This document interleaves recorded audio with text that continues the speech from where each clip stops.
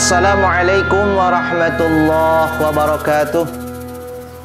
Alhamdulillahi rabbil alamin. Wassalatu wassalamu ala asrafil anbiya'i wal mursalin wa ala alihi wa ashabihi ajma'in, amma ba'du. Saat ini kita akan mencoba mengkaji kisah Nabi Adam alaihi salam. Allah Subhanahu wa taala berfirman dalam surah Al-Baqarah ayat 30. A'udzu billahi minasyaitonir rajim. Bismillahirrahmanirrahim. Wa idz qala rabbuka lil malaikati inni ja'ilun fil ardi khalifah. Qalu ataj'alu fiha may yufsidu fiha wa yasfikud dima. Wa nahnu nusabbihu bihamdika wa nuqaddisu lak. Qala inni a'lamu ma la ta'lamun. Shadaqallahul azim. Ayat ini mengkisahkan tentang riwayat Nabi Adam alaihi salam. Sebelum itu kita perlu tahu bahwa di balik proses penciptaan Nabi Adam alaihi salam ada sebuah proses yang harus kita lalui dan harus kita tahu. Pertama, ketika itu Allah Subhanahu wa taala berkata, "Aku ingin menciptakan makhluk di muka bumi yang diciptakan dari tanah, yang mana tanah itu sebagai bahan dari api neraka." Maka ketika itu Allah Subhanahu wa taala memerintahkan malaikat Mikail, malaikat Jibril, dan malaikat Israel. Pertama Allah memberitahukan kepada malaikat Jibril, "Wahai Jibril, tolong turun ke langit. Engkau ambil tanah dari bumi." Lalu berangkatlah malaikat Jibril ke bumi. Lalu ketika malaikat Jibril akan mengambil tanah, bumi berkata, "Wahai Jibril, barang siapa yang mengambil tanah di bumiku ini yang akan dijadikan sebagai bahan neraka, sumpah demi Allah, aku tidak ridho." Maka malaikat Jibril kembali kepada Allah, "Ya Allah, bagaimana ini?" "Ya sudah, nggak apa-apa." Akhirnya Allah mengutus malaikat Mikail. Malaikat Mikail pun turun ke bumi. Lalu bumi pun berkata sesuai dengan apa yang dikatakan kepada malaikat Jibril alaihissalam. Kemudian Allah pun menyuruh malaikat Israel. Lalu turunlah malaikat Israel ke bumi lalu berkata, "Aku akan mengambil tanah ini untuk dijadikan nanti oleh Allah sebagai makhluk ciptaannya." Lalu bumi pun berkata sama seperti apa yang dikatakan kepada malaikat Jibril dan Mikail. Lalu malaikat Israel berkata, "Perintah Allah itu lebih baik daripada sekedar sumpahmu, wahai bumi." Maka ketika itu malaikat Israel mengambil tanah dari 4 penjuru yang berwarna kuning, berwarna putih, berwarna merah. Lalu diserahkan kepada Allah, "Ya Allah, ini tanah yang engkau inginkan." Lalu Allah berkata, "Kenapa engkau bisa, wahai malaikat Israel?" "Aku berkata kepada bumi bahwa sumpah yang diucapkan bumi itu tidak bisa mengalahkan perintahmu kepadaku."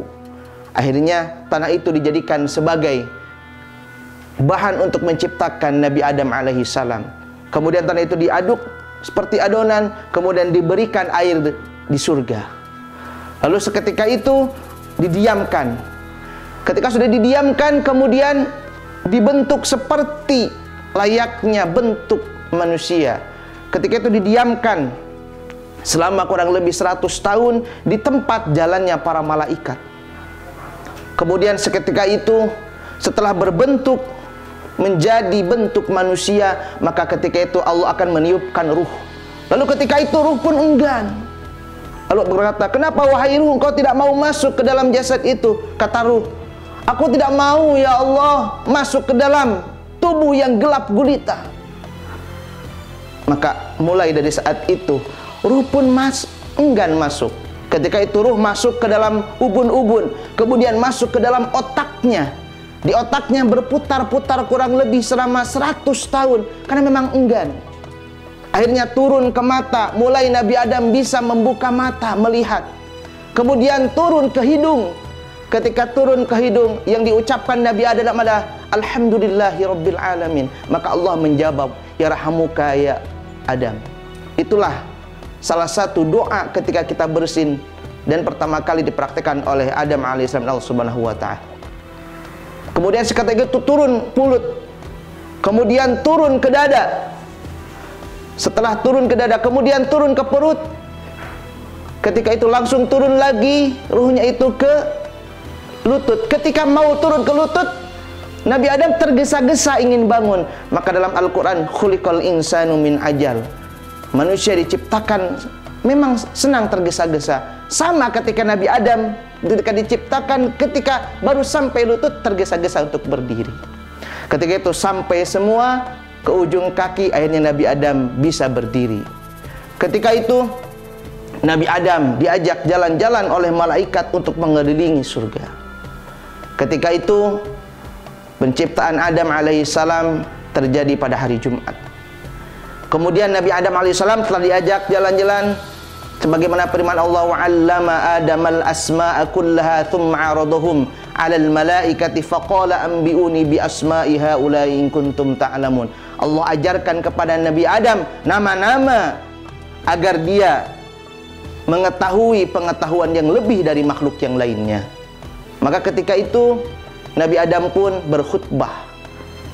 Dia mengucapkan alhamdulillahi rabbil alamin ya rabbi malaikatil muqarrabin. Dia mengucapkan hamdalah. Setelah itu, setelah dia selesai khutbah, dia mengakhiri dengan membaca hamdalah alhamdulillahi rabbil alamin. Itulah salah satu kenapa di khutbah kita awali dengan hamdalah dan diakhiri pula dengan alhamdulillah. Kemudian setelah itu Nabi Adam pun dipersilahkan tinggal di surga. Ketika tinggal di surga, Nabi Adam mulai gelisah. Karena bagaimana tidak gelisah Nabi Adam sendirian. Akhirnya dia tertidur. Ketika dia tertidur, dia bermimpi. Dia didatangi seorang wanita yang begitu cantik jelita. Kepangnya kurang lebih 700 kepang. Begitu menawan. Sampai ketika tak terasa, Nabi Adam pun bangun dari tidurnya.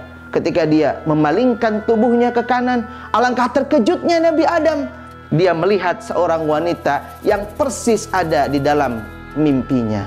Ketika itu Nabi Adam akan memeluk, kata Allah, wahai Adam, jangan sekali-kali engkau menyentuhnya sebelum engkau berikan maharnya. Ketika itu, wahai Allah, apa mahar yang aku berikan? Dalam salah satu riwayat, berikanlah mahar dengan mengucapkan salawat kepada Nabi Muhammad SAW. Siapa Muhammad itu ya Allah? Dia adalah anak cucumu kelak nanti akan menjadi Nabi akhir zaman. Aku tidak akan menciptakan semua makhluk sebelum aku menciptakan Nabi Muhammad SAW. Akhirnya Nabi Adam pun menikah dengan Siti Hawa di surga dengan mahar membaca salat Allahumma sholli wa sallim ala Sayyidina Muhammad. Kemudian tinggallah Nabi Adam dan Siti Hawa di surga.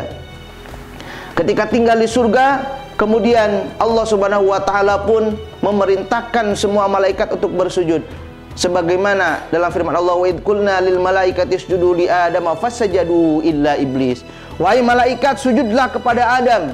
Ketika itu malaikat semuanya sujud kecuali iblis. Kenapa iblis kau tidak mau bersujud kepada Adam? Ya Allah, aku dibuat dari api sedangkan dia dari tanah. Aku lebih baik daripada dia. Maka perlu diketahui bahwa iblis tadinya adalah malaikat Azazil yang tinggal di surga. Karena dia membangkang, diberi namalah dia iblis, artinya pembangkang. Ketika itu, ya sudah iblis, aku usir dari bumi. Maka iblis berkata, qala rabbi fa'anzirni ila yaumi yub'atsun. Wahai Tuhanku, berikanlah aku kesempatan sampai nanti hari kebangkitan. Maka qala fa innaka minal mundharin ila yaumil waqtil ma'lum. Ketika itu Allah menjawab, ya, aku akan berikan kau kesempatan untuk terus hidup sampai nanti hari kiamat. Akhirnya iblis pun diusir. Ketika Nabi Adam dan Siti Hawa tinggal di surga, iblis mencari cara bagaimana supaya Adam dan Hawa keluar dari surga. Ketika itu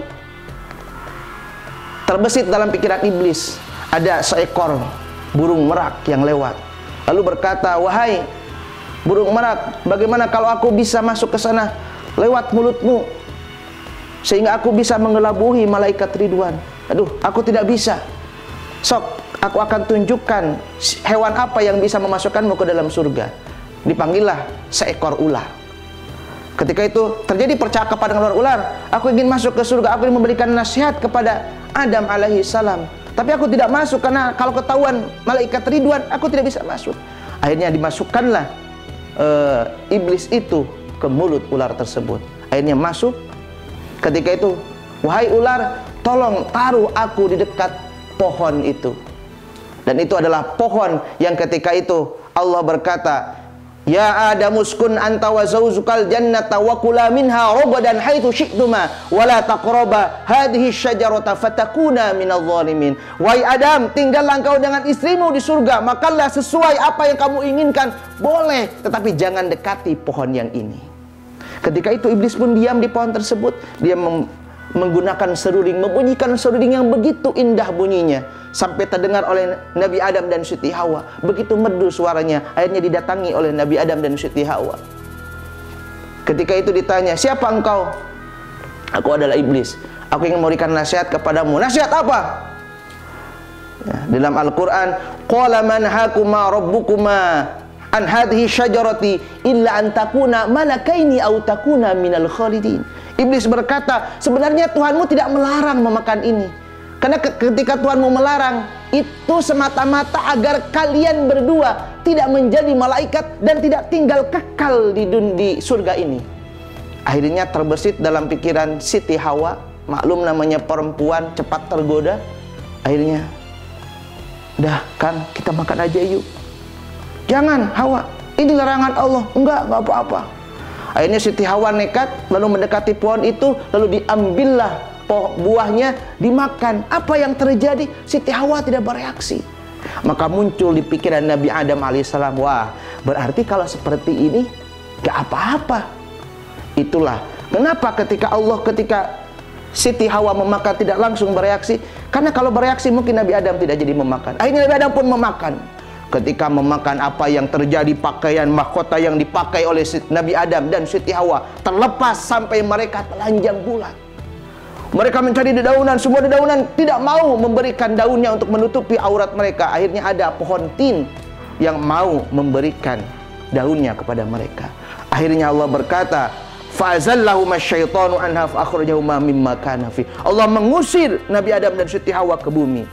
Fawaswasalahuma syaitanu liyubdihuma ma wuriya anhuma min sawatihim wa qala man hakuma. Karena mereka tergoda oleh bisikan iblis yang terkutuk. Akhirnya Nabi Adam diturunkan, terpisah. Nabi Adam ada di India dan Siti Hawa sementara ada di Mekah. Kurang lebih kejadian Nabi Adam dan Siti Hawa tinggal di dunia itu kurang lebih 300 tahun. Tapi ada satu yang perlu kita ketahui ketika Nabi Adam turun. Maklum namanya ketika di surga disediakan apapun ada. Ketika datang ke bumi, dia dalam keadaan tertidur. Ketika bangun dia bingung, di mana ini? Aku ada di mana? Bahkan dalam sebuah riwayat, ketika Nabi Adam diturunkan ke bumi, Nabi Adam tidak makan selama 40 tahun. Bayangkan, karena dia tidak tahu apa yang harus dia makan. Akhirnya datanglah malaikat Jibril. Wahai Jibril, aku lapar. Apa yang harus makan? Malaikat Jibril pun mengajarkan kepada Nabi Adam untuk menyembelih seekor kerbau. Diberikanlah kerbau, disembelihlah oleh Nabi Adam alaihissalam dan dijadikan makanan. Dan malaikat Jibril pun memberikan keterampilan kepada Nabi Adam alaihissalam berupa bercocok tanam. Ketika Nabi Adam kenyang, kemudian dia terpikirkan tentang Siti Hawa, lalu bertanya, wahai Jibril, bagaimana dengan istriku Hawa? Apakah dia masih hidup? Kata malaikat Jibril, tenang Adam, istrimu masih hidup. Bahkan hidupnya lebih tenang daripada engkau, karena dia tinggal di tepi pantai. Ketika itu Nabi Adam tidak memberi pakaian. Kemudian Allah mengutus malaikat Jibril untuk memberikan seekor domba kepada Siti Hawa. Lalu bulunya diambil, dijadikan oleh Siti Hawa sebagai jaket yang akan dipakai oleh Nabi Adam alaihissalam, pakaian. Ketika itu malaikat Jibril mengatakan, Adam, ini ada pakaian untukmu, tanpa memberitahu kalau itu yang membuat adalah istrinya Siti Hawa. Kemudian singkat kata singkat cerita, kurang lebih Nabi Adam pun ketika tinggal di bumi tidak berani menengadahkan wajahnya ke langit karena dia merasa malu. Qala Rabbana zalamna anfusana wa illam taghfir lana wa tarhamna lanakunanna minal khasirin. Itulah doa yang dibacakan Nabi Adam selama kurang lebih 200 tahun. Nabi Adam tidak mau menengadahkan kepalanya ke langit karena dia malu terhadap perbuatan dosa yang dia lakukan. Sampai ketika itu Allah Subhanahu wa taala menyuruh Nabi Adam untuk pergi ke Mekah untuk melaksanakan ibadah, untuk tawaf di Ka'bah. Ketika itu memang sudah Allah. Ibadah haji dilakukan yang pertama kali adalah Nabi Adam alaihissalam. Kemudian setelah selesai memutari Ka'bah tawaf, lalu Nabi Adam disuruh Allah coba pergi ke Arafah. Ketika dia sedang duduk di situ, dia antara mimpi atau tidak percaya, dia melihat sesosok perempuan yang menghampirinya. Ternyata itu adalah Siti Hawa. Lalu mereka berpelukan karena sudah kurang lebih 200 tahun tidak bertemu dengan istrinya. Kemudian Nabi Adam memeluk, maka dinamakanlah itu Arafah, tempat pertemuan, karena mereka saling kenal. Hiduplah mereka berdua. Ketika itu Allah pun berkata, wahai Adam, hari ini aku ampuni dosa-dosamu. Kenapa? Ketika itu Nabi Adam menggunakan Allahumma sholli ala sayyidina Muhammad, wasilah salawat kepada Nabi Muhammad. Ya Allah, ampunilah dosa-dosaku ya Allah dengan wasilah Muhammad, kekasihmu. Wahai Adam, kenapa kau tahu Muhammad? Karena ketika kau di surga, aku melihat di aras ada tulisan La ilaha illallah Muhammadur Rasulullah. Akhirnya Nabi Adam diampuni oleh Allah Subhanahu wa ta'ala. Kemudian Nabi Adam dan Siti Hawa hidup di bumi dan mereka memiliki keturunan. Ada yang mengatakan dalam satu riwayat bahwa putra-putri mereka kurang lebih 40 pasang. Jadi 20 laki-laki, 20 perempuan. Ada yang mengatakan lebih dari itu sampai 40.000. Wallahu a'lam bishawab. Ketika itu Nabi Adam pun mulai kehidupan sampai akhirnya Nabi Adam bisa mendidik anak-anaknya. Mungkin itu kisah yang bisa disampaikan. Mudah-mudahan ada manfaatnya. Akhirul kalam. Assalamualaikum warahmatullahi wabarakatuh.